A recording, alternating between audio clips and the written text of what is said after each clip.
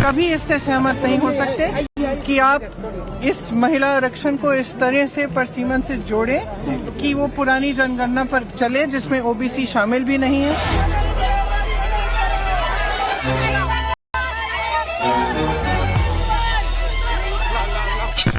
आने वाले दिनों में पाई पाई की कीमत इन लोगों को चुकाना पड़ेगा।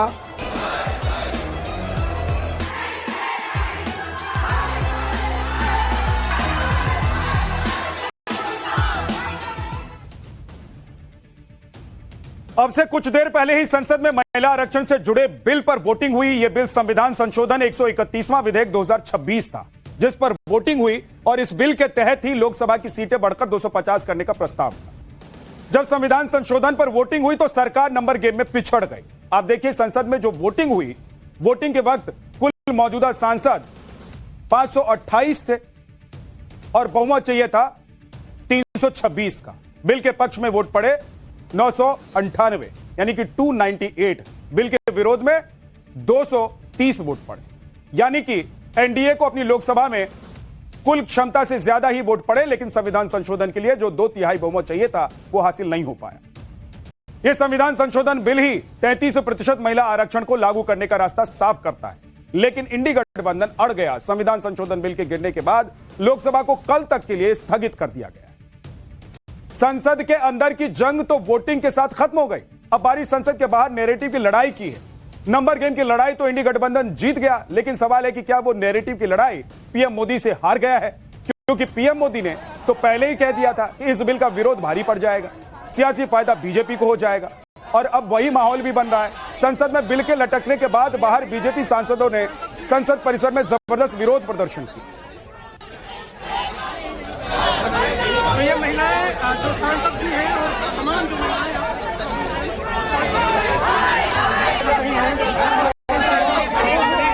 स्पष्ट है कि कांग्रेस पार्टी, विशेष रूप से राहुल गांधी, हर बात का विरोध करते हैं। और आज जब नारी उत्थान और नारी विकास के लिए नरेंद्र मोदी की सरकार समर्पित है, उसका भी विरोध। सीट बढ़ा दिया गया, 50% का कमिटमेंट भी दे दिया गया, ऑफर दिया गया, उसका भी विरोध। तो स्पष्ट है कि ये लोग नारी विकास, नारी वंदन, नारी रिप्रेजेंटेशन के पूरे मांग का विरोध करते हैं। देश की जनता और देश की माताएं बहनों से कभी माफ नहीं करेंगी। कांग्रेस और इंडी सेक्शन ने जिस ढंग से फिर महिला बिल को गिराने का काम किया, ये देश की जनता और नारी शक्ति ने देखा और उनके चेहरे को भी देखा है। आने वाले दिनों में पाई पाई की कीमत इन लोगों को चुकाना पड़ेगा। हमें तो 293 से 298 मिला, ये मेरे लिए खुशी का बात है। देखिए, महिलाओं के आरक्षण के लिए लाया गया संविधान संशोधन का विधेयक आज जिस तरह से गिरा है और जिस तरह से कांग्रेस ने देश को बांटने के अपने एजेंडा को एक बार फिर पुरजोर शब्दों में रखा, कांग्रेस का चाल, कांग्रेस का चरित्र और कांग्रेस का चेहरा तीनों बेनकाब हुए हैं। इधर बीजेपी ने विपक्ष के खिलाफ मोर्चा खोल दिया है। ये माहौल बना दिया है कि इंडी गठबंधन की वजह से महिलाओं को 33% आरक्षण मिलते मिलते रह गए। उधर इंडी गठबंधन इसी में खुश है कि उन्होंने संसद के अंदर नंबर गेम में पीएम मोदी को हरा दिया, क्योंकि चुनाव में तो इंडी गठबंधन नंबर गेम जीत नहीं पाता, तो संसद के अंदर ही वोटिंग में जीतकर खुशी मनाई जा रही। राहुल गांधी ने कहा कि उन्होंने महिलाओं के नाम पर संविधान तोड़ने के लिए एक गैर संवैधानिक चाल चली। भारत ने यह भी देखा है, भारत ने इसे रोक दिया है। तमिलनाडु के मुख्यमंत्री एम के स्टालिन ने कहा कि तमिलनाडु ने दिल्ली को हराया। 23 अप्रैल को हम दिल्ली के घमंड और उसको सपोर्ट करने वाले गुलामों को एक साथ हराएंगे। टीएमसी सांसद कल्याण बनर्जी ने कहा यह शुरुआत है हार की, अब यह ट्रेलर है, आगे अभी देखना क्या होगा। टीएमसी सांसद डेरेक ओब्रायन ने कहा यह नरेंद्र और अमित के अंत की शुरुआत है। आप सोचिए, इंडी गठबंधन के दिमाग में यही चल रहा है कि उन्होंने पीएम मोदी और अमित शाह को हरा दिया। सुनिए संसद के बाहर इंडी गठबंधन के नेताओं ने क्या क्या कहा। आरक्षण की बात नहीं थी, ये देश के लोकतंत्र की बात थी, ये देश की अखंडता की बात थी। हम कभी इससे सहमत नहीं हो सकते कि आप इस महिला आरक्षण को इस तरह से परसीमन से जोड़ें कि वो पुरानी जनगणना पर चले जिसमें ओबीसी शामिल भी नहीं है। तो ये मुमकिन ही नहीं था कि ये बिल पारित हो, और मेरे ख्याल से हमारे देश के लोकतंत्र के लिए, हमारे देश की अखंडता के लिए ये एक बहुत बड़ी जीत है। संविधान पर आक्रमण था और इसको हमने हरा दिया है, तो अच्छी बात है। नहीं, हमने क्लियरली बोला है कि ये महिला बिल नहीं है, ये हिंदुस्तान का राजनीतिक जो स्ट्रक्चर है, इलेक्टोरल स्ट्रक्चर है, उसको बदलने की कोशिश है। ये हमने रोक दिया है।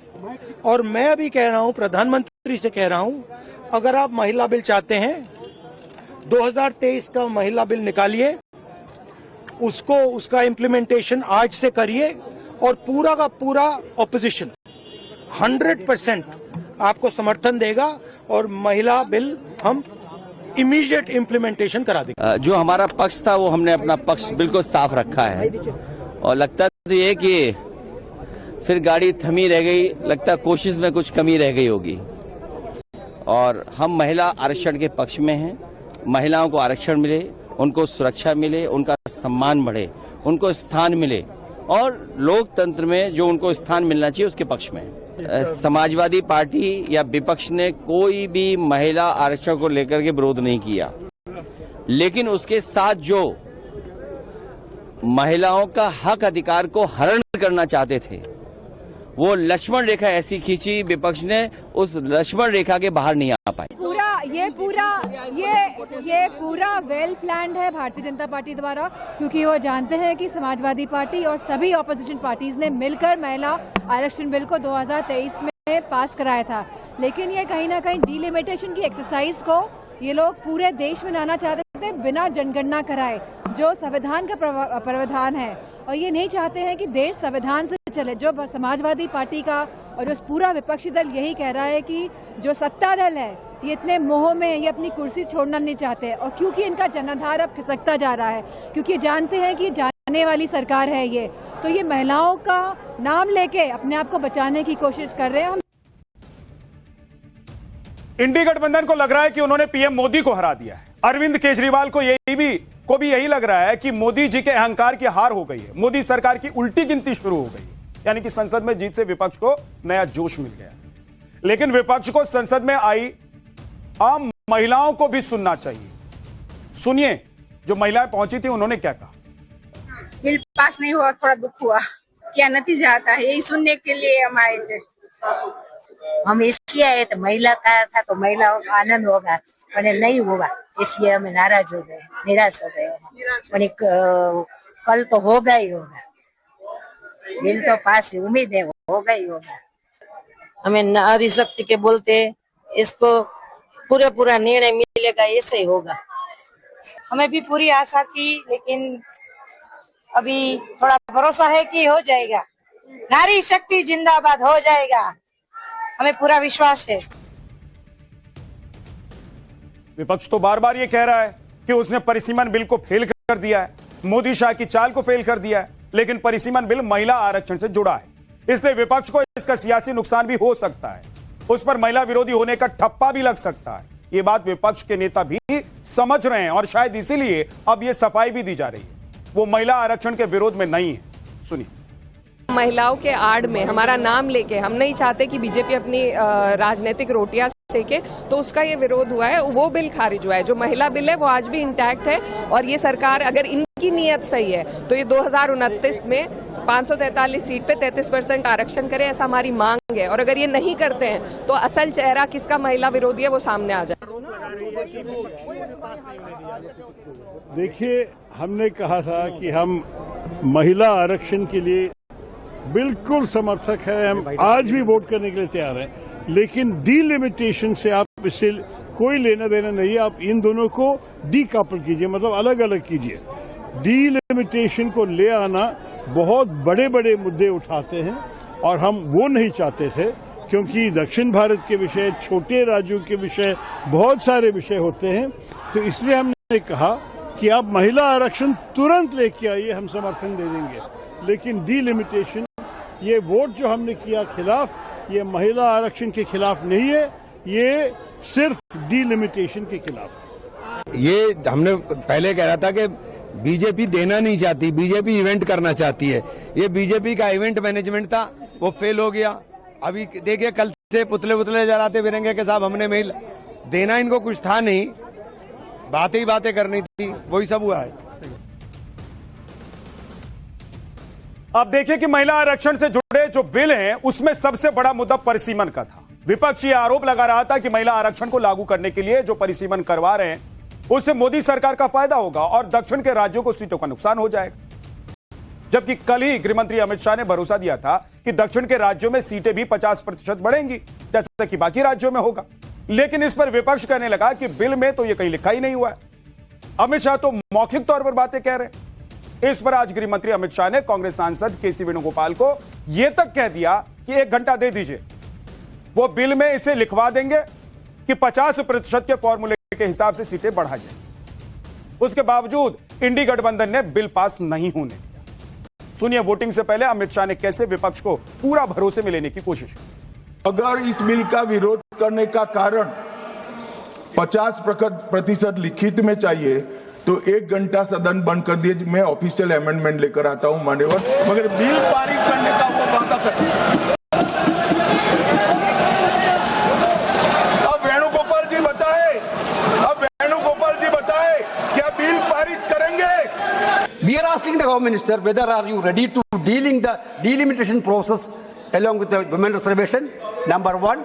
Number 2, if you are ready to include the number of seats in each state by legislation by 50%, these 2 things, are you ready? हमें कुछ छिपाना नहीं है, हमें कोई चोरी करनी नहीं है, तो हम कर देंगे। और दूसरा उन्होंने कहा कि डिलिमिटेशन 26 की जनगणना का, ये झांसे में मैं नहीं आऊंगा कि राहुल गांधी जी की अनुपस्थिति में कांग्रेस पार्टी ने जो प्रस्ताव रखा है वो एक बहुत सुहाना जाल है। महिला आरक्षण को फिर से एक बार 29 के पहले नहीं होने देंगे। महिला आरक्षण से जुड़े बिल को लेकर आज अमित शाह ने मोर्चा संभाला, विपक्ष की हर आपत्ति पर जवाब दिया। महिला आरक्षण से जुड़े बिल को लेकर जो भ्रम फैलाया जा रहा था उस पर भी अमित शाह ने डिटेल में जवाब दिया। भ्रम नंबर 1 क्या फैलाया जा रहा था कि मोदी सरकार जातिगत जनगणना को टाल रही है। अमित शाह ने कहा कि नहीं भाई, जातिगत जनगणना तो हो ही रहा है, कर ही रहे हैं। भ्रम नंबर 2, साउथ के राज्यों के साथ अन्याय हो जाएगा। अमित शाह ने कहा कि 50% सीटें हर राज्य में बढ़ेंगी, किसी के साथ कोई अन्याय नहीं होगा, चाहे वो नॉर्थ के स्टेट हो, चाहे साउथ के हो, ईस्ट के हो या वेस्ट के हो या सेंटर के हो। भ्रम नंबर 3, परिसीमन को जानबूझकर अभी क्यों लाया गया, यह बीजेपी की चाल है। अमित शाह ने बताया कि 2026 तक परिसीमन फ्रीज था, इसलिए अब परिसीमन करना होगा। भ्रम नंबर 4, परिसीमन की आड़ में बीजेपी का सियासी फायदा हो जाए। अमित शाह ने कहा कि आबादी कई गुना बढ़ गई है, सीटें अभी तक नहीं बढ़ाई गई हैं, तो परिसीमन करना ही होगा। अमित शाह ने संसद में बताया कि आखिरी बार जब परिसीमन के तहत सीटें बढ़ाई गई थी तब से अब तक देश की आबादी 56 करोड़ से बढ़कर 140 करोड़ हो गई है, जिस वजह से कई सीटों पर तो वोटर्स की संख्या 50 लाख तक पहुंच गई। अमित शाह ने विपक्ष को चैलेंज देते हुए कहा कि अगर कोई समझ सकता है और समझा सकता है तो बता दें। जिस सांसद के क्षेत्र में 49 लाख वोटर्स हों वो कैसे जिम्मेदारी निभाएगा।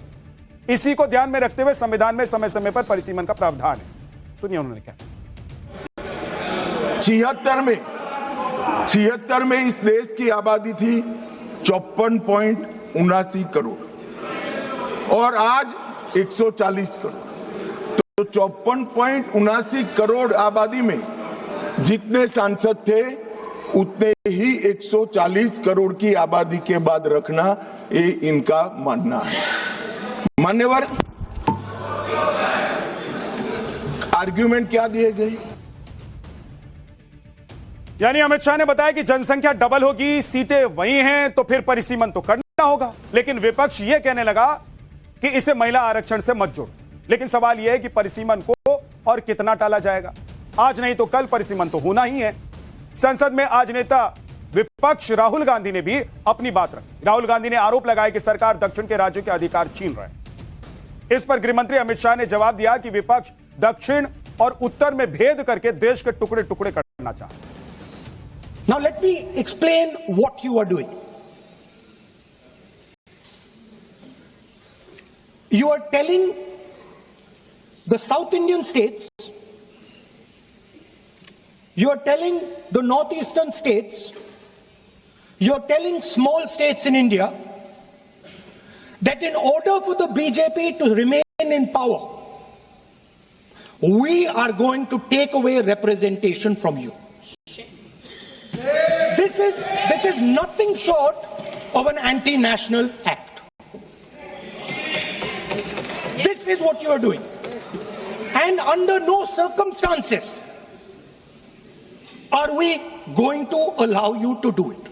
दक्षिण का राज्यों का इस सदन पर इतना ही अधिकार है जितना उत्तर के राज्यों का अधिकार है। अरे दक्षिण छोड़िए, छोटी सी यूटी लक्षद्वीप का भी इतना अधिकार है जितना उत्तर प्रदेश, गुजरात और बिहार का। ये देश को इस तरह के नैरेटिव से, उत्तर दक्षिण के नैरेटिव से टुकड़े टुकड़े नहीं करना चाहिए। मन इससे ऊपर उठना चाहिए। ये क्या कहना चाहते हैं कि ये सदन में जो व्यक्ति बैठता है वो ये सोचता है कि किस राज्य से मैं आ रहा हूं। मान्यवर, हम शपथ लेते हैं तो मन से लेते हैं। जो संविधान हाथ में लेकर शपथ लिए हैं वो उत्तर दक्षिण का भेद कराना चाहते हैं, हम नहीं होने देंगे। महिला आरक्षण को लेकर आज नेता विपक्ष राहुल गांधी ने अपनी बात रखी। उनके पास अच्छा मौका था कि वो महिला आरक्षण को लेकर जो तर्क है उन्हें स्पष्ट करके रखें, लेकिन राहुल गांधी ने फिर से वही गलती की जो वो अक्सर किया करते हैं। राहुल गांधी इधर उधर की बात करने लग गए, कहानी सुनाने लगे। भाई संसद भवन है, कहानी सुनाने की जगह है, लोरी सुनाने की जगह है। महिला आरक्षण पर बोलते हुए राहुल गांधी बालाकोट, नोटबंदी, सिंदूर का जादूगर, इस तरह की बातें करने लगे। तो हद है, इतनी सीरियस बातें हो रही हैं, सीरियस टॉपिक पे डिबेट चल रहा है, स्पेशली ये सदन बुलाया गया है, वोटिंग होनी है शाम को, और राहुल गांधी को मजाक सूझ रहा है, कह रहे हैं मजे लीजिए। मतलब महिला आरक्षण से कोई लेना देना नहीं है राहुल गांधी को, ऐसा लग रहा था उनकी बातों। राहुल गांधी के इस भाषण पर विवाद हो गया। बीजेपी ने आरोप लगाया कि जनता की तरफ से चुने गए प्रधानमंत्री के बारे में राहुल गांधी अनाप शनाप शब्द इस्तेमाल कर रहे हैं। विवाद के बाद राहुल गांधी के बयान को संसद की कार्रवाई से हटा तक दिया गया। राहुल गांधी के बयान पर कैसे बीजेपी ने पलटवार किया, सुनिए। इस देश के प्रधानमंत्री के संबंध में जिस प्रकार के शब्दों का प्रयोग नेता प्रतिपक्ष के द्वारा किया जा रहा है, मैं समझता हूं यह बेहद दुर्भाग्यपूर्ण है और इसकी जितनी भी निंदा की जाए वह कम है। इस देश की जनता ने उन्हें प्रधानमंत्री बनाया है। हमारे दल को इतनी स्ट्रेंथ दी है जिससे स्ट्रेंथ के कारण वह प्रधानमंत्री बने। या किसी व्यक्ति का यह अपमान नहीं कर रहे हैं बार बार मैजिशियन कहकर, देश की जनता का अपमान कर रहे हैं अध्यक्ष महोदय। और मैं आपसे अनुरोध करना चाहता हूं, जिन शब्दों का इन्होंने प्रयोग किया उसे सदन की कार्रवाई से बाहर निकाला जाना चाहिए और राहुल गांधी को क्षमा मांगनी चाहिए देशवासियों। भाषण के दौरान राहुल गांधी ने अपनी बहन प्रियंका गांधी वाड्रा का भी जिक्र किया। राहुल गांधी ने लाइट एंड नोट पर कहा कि जो काम वो 20 साल से नहीं कर पाए वो उनकी बहन प्रियंका वाड्रा ने 5 मिनट में कर दिया। I was watching my sister achieve something that in 5 minutes achieve something that I have not been able to do in maybe 20 years of my political career, which was to make Mr. Amit Shah ji smile. There's something that I also need to practice and learn, and I was feeling very proud as an older brother, as